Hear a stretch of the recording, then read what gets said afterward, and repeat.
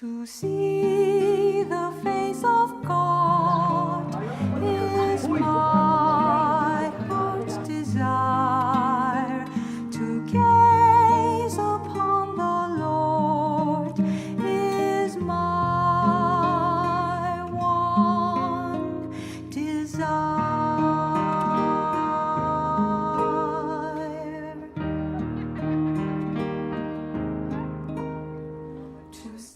Alam naman natin na ang mga altar servers, mga sakristan natin ay nag-a-assist sa pagdiriwang ng Holy Eucharist, no? Ng sakripisyo ng ating Panginoon na nagpapatuloy sa ating banal na misa.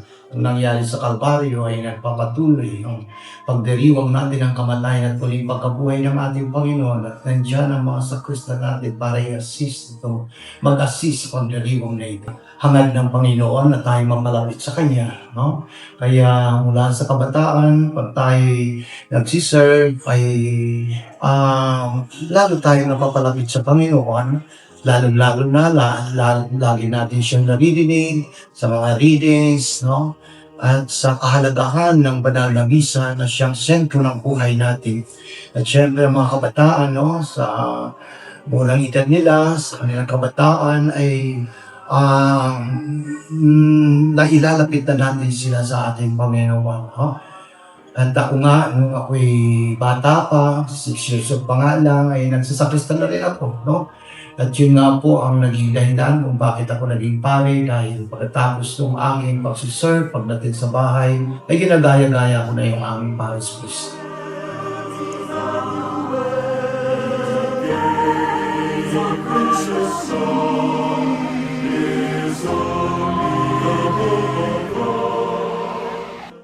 Maganda yan. Kasi sa nakikita ko, sa observation namin dito, ang mga kabataan na nagsisilbi dito sa ating parokya ay nadidevelop yung mga magagandang asal. Natututo silang gumalang, kaya pag dumarating sila dito, mamano sila sa amin, mga mother butler, at least natututo sila ng kagandahang asal, paggalang, pagdarasal, number 1. Yan ang natututunan ng mga bata na naglilingkod dito sa ating parokya.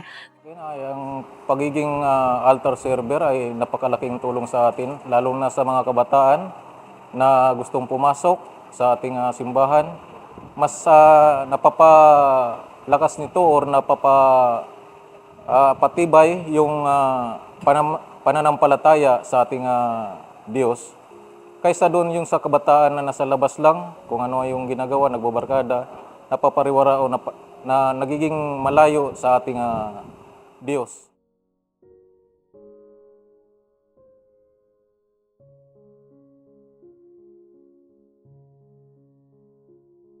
Hindi lang naman siya sa paglilingkod sa Panginoon, magkakaroon kayo ng maraming kaibigan, tsaka yung pakikisama nyo, magiging mas, ma-improve. Yung pakikisama nyo sa ibang tao. Bilang mga magulang, alam natin, gusto natin ang anak natin mapabuti at may takot sa Diyos. Huwag natin hayaan na sila hindi mapadapit sa Panginoon. Sabi nga sa inyo, bilang develop ng Panginoon sa Nazareno, bilang Ama, gagawin natin ang nakakabuti para sa ating mga anak.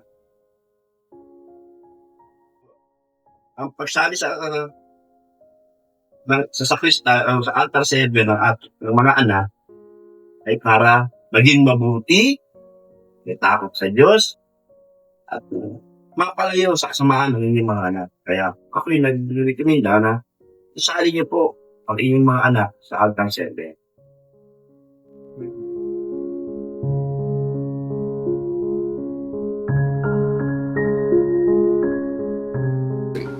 Ayun, sobrang dami experience ko. Lalo na nag-serve ako sa ministry for around 18 years. So, syempre, hindi mo mawala dyan yung after classes, diretso simbahan, serve. Kasi, pag bata ka pa, talagang susulitin mo yung mga oras na yan. Then, kapag weekends, Sundays, lagi kasi akong 5 a.m. and 6 a.m. So, laging natatapat sa akin is yung si Bishop ang nagmimisa. So, for around how many years din yun.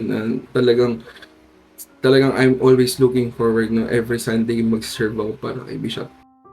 Unang-una, para mabalanse ang pag-aaral at ang paglilingkod bilang altar server, napakahalagang tinatawag nating time management. No, yung oras natin, alam mo, yung oras ng pag-aaral at oras ng pagsaserve, you have to prioritize. Kung halimbawa, weekdays, no, ito ay panahon ng pag-aaral, you have to focus yourself sa pag-aaral. Tapos naman kapag weekends, nagsiserve kayo pag Sabado at Linggo. So, mahalaga po yan, yung time management. Alam mo yung oras para mag-aral ka at alam mo ang oras para maglingkod ka sa simbahan.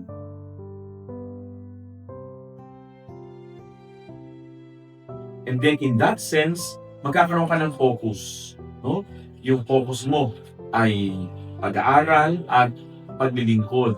At syempre, huwag mong titingnan ito na magkatunggali. Kasi minsan sinasabi, ay, nakakasira yan ng pag-aaral at pagsaserve. Hindi.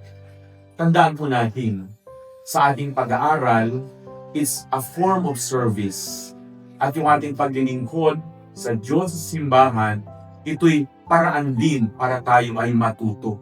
So kaya kailangan magkaroon ng harmonious relationship ang dalawang ito. Hindi ito magkatunggali, kung hindi nagko-complement sila. Kung ikaw ay altar server, the more dapat kang makapagtutok sa pag-aaral mo, galingan mo sa pag-aaral, at habang kayo nag-aaral, naglilingkod ka rin sa Panginoong Diyos. Kaya, balansehin ang oras, focus, priority, at kailangan ay makita natin ang pag-aaral bilang form ng paglilingkod at ang paglilingkod ay form para tayo ay matuto. And in that case, mababalansin natin ang pag-aaral at paglilingkod sa Diyos at sa simbahan. Huwag po tayong mahiya. Ang isipin natin ay natuto ang Panginoon. Maganda yung halag natin na mag-serve. No? Siguro napakaganda no, na kausapin din ng pare, parang parish priest. No? Nang sa dayon ay ang parish priest mismo ang magbibigay ng payo sa kung sino man na nahihiya. No? Pero hindi dapat tayong mahiya. Dapat nating ipagmalaki ang ating paglilingkod. No? Lalo na mga bata pa na gusto maglingkod, gusto maging altar service. No?